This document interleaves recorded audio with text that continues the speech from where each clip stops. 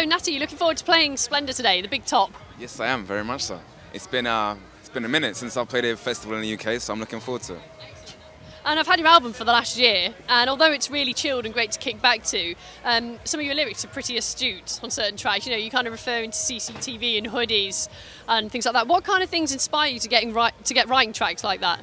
Real life. I'd say that I grew up in London, right, where it's real gritty, and as you know, and whatever. So I just got to be true to what I'm doing, and I don't write about maybe stereotypes of love and things. I mean, I do in some circumstances. Sometimes I can go to a place where it's almost cheesy, but most of the time I like to stay in the zone of real life, you know, and that's what inspires me, real life.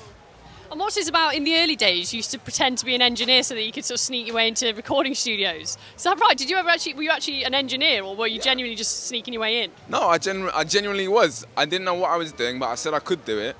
I ended up doing sessions with like Queen, Nile Rodgers, Duran Duran. It was all on the basis of blagging it. And see, the thing about music is that what happens between the four walls of a studio is based on the people.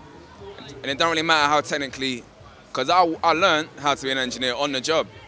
But I was cool, I had a cool vibe, so they just wanted me to come in the studio with them, and like, so I got lucky. So you gave up the engineer work pretty much after that? Gave it up until when it comes to recording the album.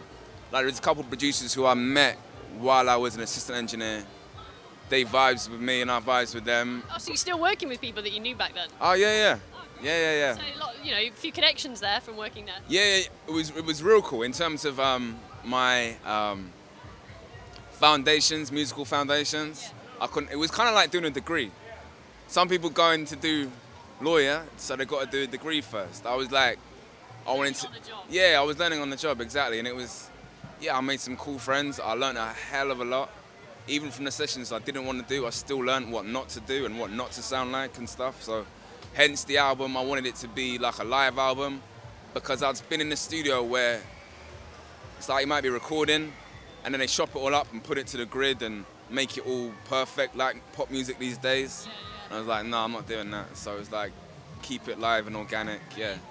And your album was out, Man Like I. Are you still touring with that, or you're having a chance to write some new stuff as well? Well, a bit of both. It's kind of funny because I'm writing my second album at the same time that the album's just coming out in other countries. Yes. So I'm touring like Japan, Germany, France, places like that.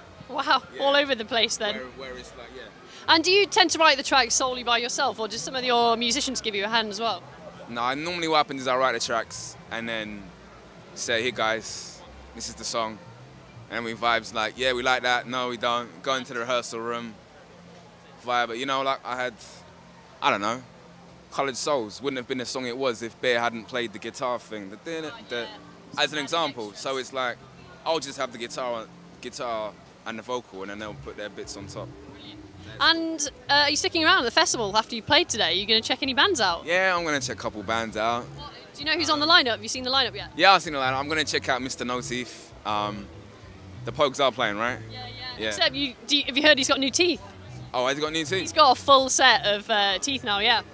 I might not show that. I'm joking. No, it's not worth it now. I'm joking. So you're going to check out the Pogues. What about Madness? What do you think of Madness? Yeah, I'm going to check out Madness. Yeah, I'm going to check them out. Well, enjoy today. Hope you have a good time in the big top and enjoy the rest of your festival. Thank you very much. Yeah. I'm Rob, and these are my friends. On my right is Paul, on my left is Trev, and this is Zoe, who works for the people that are making this. So here we have Dog is Dead, with a couple of extra friends from 13th Hour. Last time you played Splendour, you were on the courtyard stage. How did it feel to play main stage today? Oh, it's a step up. It was a big wow. Massive jump, absolutely massive jump from the smaller stage to this stage, in everything. You know, people and sound and everything. It was a much bigger audience as well, so it was much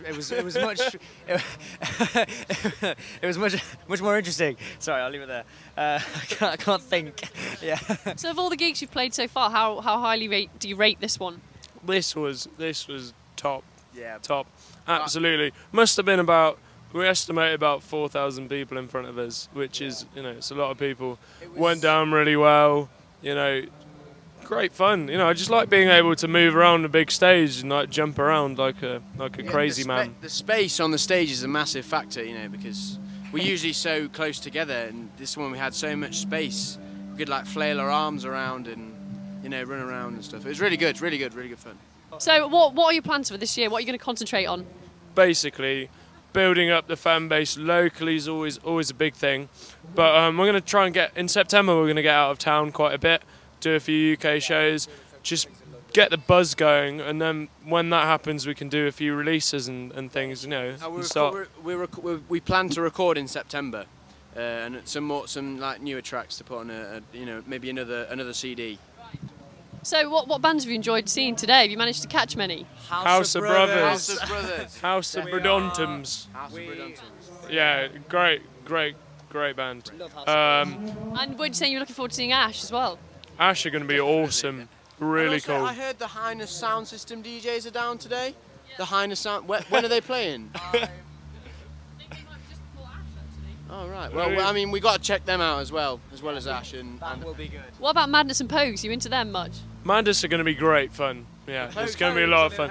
The Pogues, Pogues will be. The Pogues will be fun.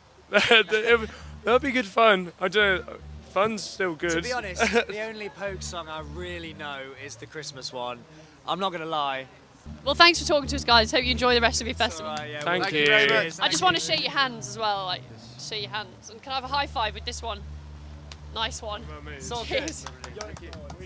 So Hugh, you've always said that you never have chance to kind of hang out at festivals. Have you had much chance to hang out today? Well, kind of, yeah, a little bit, because we came up here a little early, so we got to see a little bit of the weather before it turned. We're waiting to see the Pogues, obviously, great band, and Madness, so yeah.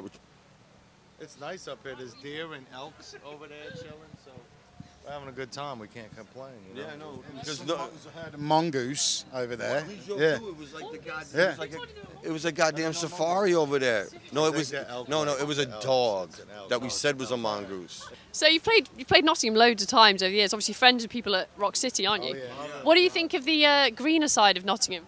Well, you know, this is Rock City without the roof and the dank smell of beer. It's still as damp though, isn't it?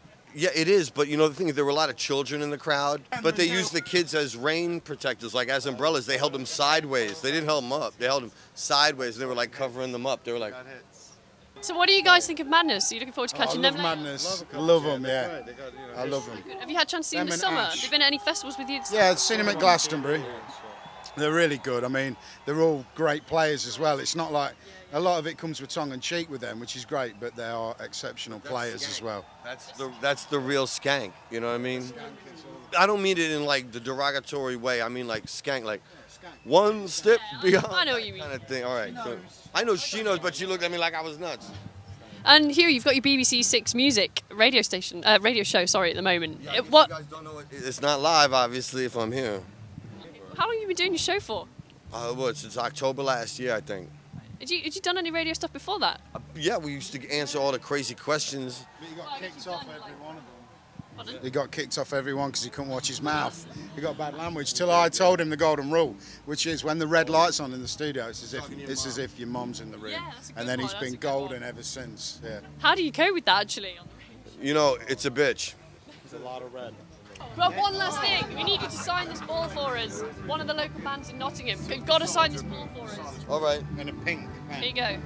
Is this going to be auctioned off to like pay their rent? This is eBay. It's going to be auctioned off? No. Because people say like, let's auction off for charity. Auction off for rent. Thanks so much. Yeah, or for your money or whatever.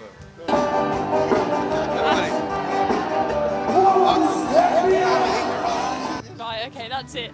Thanks so much for talking to us, guys. Appreciate that. Nice to meet you. Thanks so much.